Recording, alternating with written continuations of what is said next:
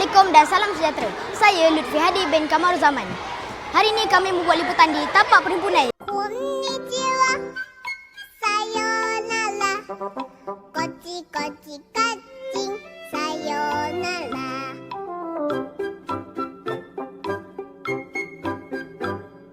Zuhaira binti Razali, guru penolong kanan Ewan Murid. Wassalatu wassalamu ala asyrafil anbiya'i wal mursalin.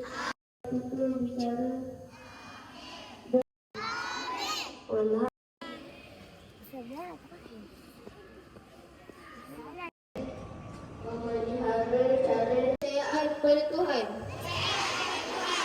kesetiaan kepada raja dan negara, keluhuran perlembagaan. Cikgu kata menerima bacaan dalam hilang, tapi saya tak sempat pergi PSIS selalu. Macam mana nak cukupkan bacaan? Kenapa awak nampak macam risau je ni? Saya tak faham lah tentang Rakmayat ni. Apa sebenarnya Rakmayat ni? Oh, mesti saya terangkan. Ataupun tertulis. Buku dalam telefon? Betul ke? Betul. Rak memudahkan kita membaca bila-bila masa. Contoh, kalau di rumah, kita boleh baca Rakmayat dan pilih buku cerita. Sati rakan-rakan guru perhimpunan, Cikgu Razak, pelajar, apatah lagi untuk menuntut ilmu sejujurnya, seikhlasnya, juga awak akan berlipat kali ganda. Ini yang dihormati, sebagai simbolik peresmian, marilah kita bersama-sama menyaksikan video peresmian yang akan menyemarakkan lagi budaya membaca dalam kalangan warga Institut PSR. Untuk itu, dijemput maskot guru stiker, Cik Lee, untuk terus serta bersama Tuan Guru Besar. Comelnya. Kira counting.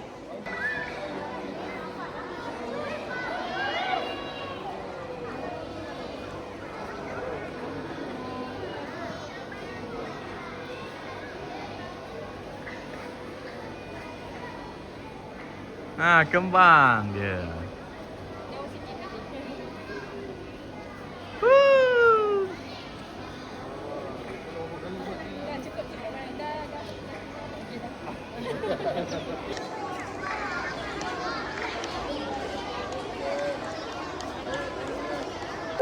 Budaya membaca dalam kalangan murid. Demi segala hormatnya, majlis menjemput wakil dari PIN, Encik.